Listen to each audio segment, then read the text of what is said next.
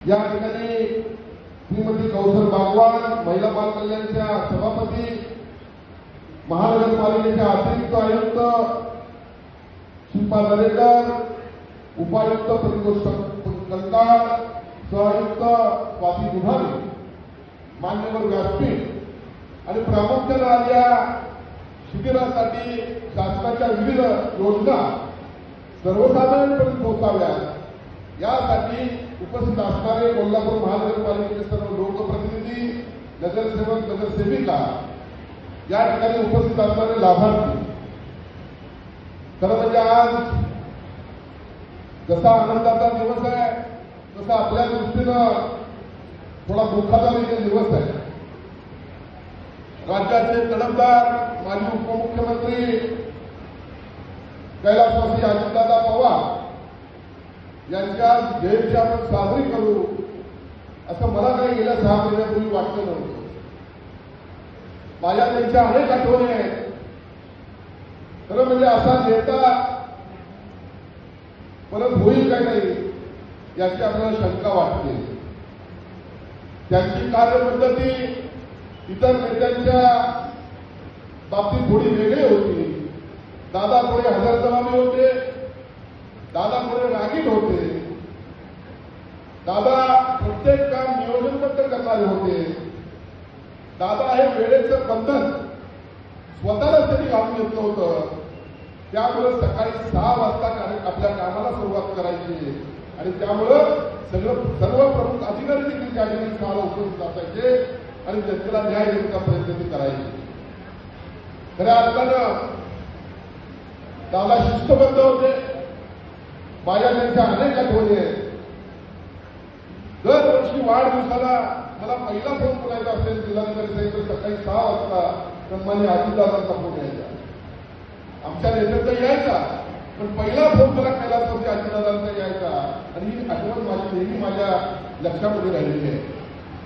खऱ्या अर्थानं त्यांच्या अनेक आठवणी माझ्या आहेत. मला आठवतंय 2014 साली राज्यामध्ये सत्ता बदल झाला आणि युतीचं सरकार आलं. राज्याचे शिक्षण मंत्री म्हणून विनोदजी तावडे यांच्याकडे जबाबदारी होती. माझे छोटे जिल्हे पुष्कराज यांना विलेपार्ल्याच्या नर्सिंग इंडिया कॉलेजमध्ये ऍडमिशन घ्यायचं होतं. त्यांना थोडे मार्क कमी पडले होते. मॅनेजमेंट कोट्यातून त्यांना ऍडमिशन घ्यायचं होतं. सन्माननीय विनोदजी तावडे माझ्या जवळचे मित्र, कारण ते भारतीय विद्यार्थी सेनेचं काम करायचं होते, एबीव्हीपीचं भरतीचं काम करायचं. आणि मग सभागृह सुरू असताना मी त्यांच्याकडे गेलो. विधान परिषदेच्या सभागृहाच्या बाहेर आम्ही बसलो असता त्या ठिकाणी दादा त्यांच्यासोबत बसले होते. मी विनोदजींच्याकडे गेलो आणि सांगितलं, विनोदजी माझ्या छोट्या चिरंजीवांना या कॉलेजमध्ये ऍडमिशन घ्यायचं आहे, आपण थोडी मदत करू शकाल का? त्या ठिकाणी दादा देखील बसले होते. खरं म्हणजे विनोदजी मला म्हटले, राजेश आपण कोणत्या पक्षाचं आहे आणि ते कॉलेज कुठल्या पक्षाचं आहे, मला हे कठीण दिसतंय. मी म्हणलं ठीक आहे. दादा त्यांचं काम करून निघून गेले. मला वाटलं ते निघून गेले पण ते निघून गेले नव्हते. ते सभागृहाच्या बाहेर माझी वाट पाहत थांबले होते आणि मी विनोदजींची भेट घेऊन गेल्यानंतर बाहेर आल्यानंतर दादाने मला सांगितलं, इकडे या, तुमच्या चिरंजीवाचं ऍडमिशन आहे ना, मी तुम्हाला 10 मिनिटानंतर ऑफिसमध्ये पोहोचल्यावर फोन करतो. आणि खरोखर 15-20 मिनिटांना दादांचा मला फोन आला आणि दादांनी सांगितलं की संबंधित व्यक्तीला जाऊन भेटा, तुमच्या चिरंजीवाचं ऍडमिशन त्या ठिकाणी झालेलं आहे. म्हणजे असा नेता, मी शिवसेनेचा, दादा राष्ट्रवादीचे, मी सत्ता पक्षाचा, ते विरोधी पक्षाचे, पण त्याने असं कधी कुणाशी असं ते वागले नाही. कार्यकर्ते, लढणारे कार्यकर्ते त्यांच्या आवडीचे असायचे. म्हणून ते पहा, राष्ट्रवादीमध्ये असणारे अनेक आमदार हे सातत्यानं लढणारे. दुसरी एक आठवण मला त्यांची अशी आठवते. खरं म्हणजे 2014 साली 15 वर्षानं राज्यामध्ये सत्ता आली, महायुतीची सत्ता आली, युतीची सत्ता आली आणि मग 2014ला असेल, 17ला असेल, 19ला असेल, तिन्ही टप्प्यामध्ये मीडिया प्रत्येक वेळा माझा पहिला जिल्हाधिकारी फोटो दाखवायची, हे मंत्री होणार. पण काय कोणाला माहिती आहे, आता माझी कुठे शिकते काय कळत नाही. आणि नव्यानं शिवसेनेत आलेल्या जयवंत क्षीरसागरांना मंत्रिपद मिळालं. दादाने माझ्याबद्दल सभागृहामध्ये भाषण केलं की मला वाटलं शिवसेनेसाठी लाट्या काट्या खाणाऱ्या राजेश क्षीरसागरला मंत्रिपद मिळेल, पण या देवेंद्र क्षीरसागरला कसं काय दिलं? खऱ्या अर्थानं दादा हे कार्यकर्त्याची जाण असणारं व्यक्तिमत्व होतं. त्यांच्या अनेक आठवणी आहेत. 2009ला मी ज्यावेळी पहिल्यांदा विधानसभेमध्ये विधानसभा सदस्य म्हणून निवडून आलो, खऱ्या अर्थानं माझा आणि मुश्रीफ साहेबांचे तितकंसं चांगलं नव्हतं. आणि मग एखाद्या आमच्या लोकांच्या गैरसमजातून त्यांनी माझ्यावर 5 कोटीचा अमृतसरचा दावा दाखल केला होता. मी म्हणलं करा, त्यांनी केला. थोडे दिवस दावा चालला, मग मला कुठेतरी वकिलांना हळून कानात सांगितलं की दावा तुमचा उलटा जातोय, जरा काळजी घ्या. नागपूरला राज्याचं अधिवेशन सुरू होतं. मी म्हणलं आता करायचं काय? मुश्रीफ साहेबांना एकच औषध आधीच दावा, त्याशिवाय दुसरं औषध नाही. आणि मग मी सभागृहाच्या मध्यंतराला दादाला उलटं केलो. दादा बिर्याणी खात बसले होते. दादा म्हणजे या आणि तुम्ही पण बिर्याणी खा. मी म्हणतो दादा बिर्याणी खाईन, पण माझं एक काम तुम्हाला करावं लागेल. म्हणजे बोला काय आहे? तर म्हणजे दादा माझ्यावर मुश्रीफ साहेबांनी 5 कोटीचा अमृतसरचा दावा दाखल केलाय आणि आता मला असं वाटतं माझ्या उलटा जातो मी 5 कोटी कुठून आलो?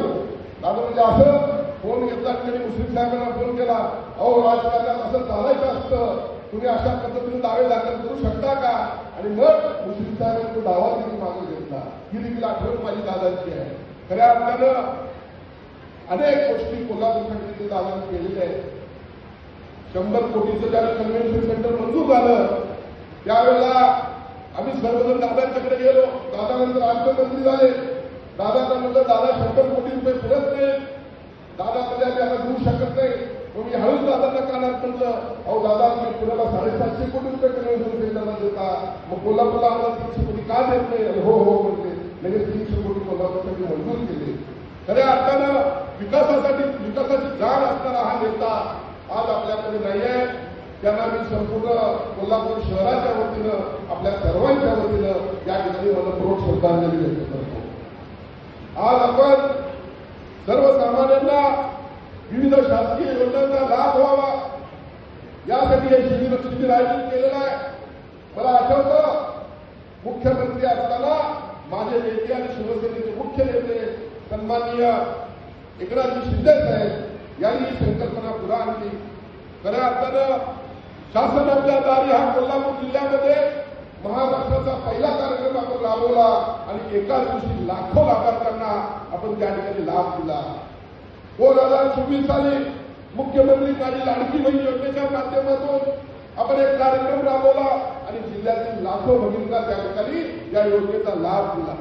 त्यातीलच एक छोटा प्रकार आपण आज या राज्यामध्ये 288 ठिकाणी 288 मतदारसंघामध्ये अशा पद्धतीने या योजनांचा लाभ मिळावा यासाठी हा कार्यक्रम हाती घेतलेला आहे.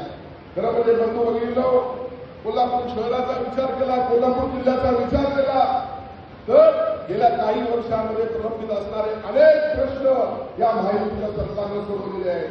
मी ज्या पद्धतीनं म्हटलं त्या पद्धतीनं कन्व्हेन्शन सेंटर असेल, 300 कोटी रुपयाचं कन्व्हेन्शन सेंटर ज्याची या कोल्हापूर जिल्ह्यात शहराला गरज होती ते या ठिकाणी आपण सरकारनं पूर्ण करत आणलेलं आहे. लवकरच पूर्ण होत आहे.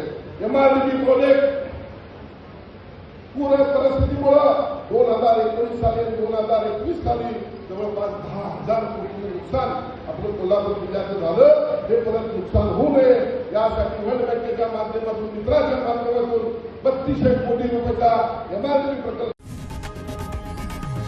लोकशाही मराठी ऐका, पहा, जागरूक रहा.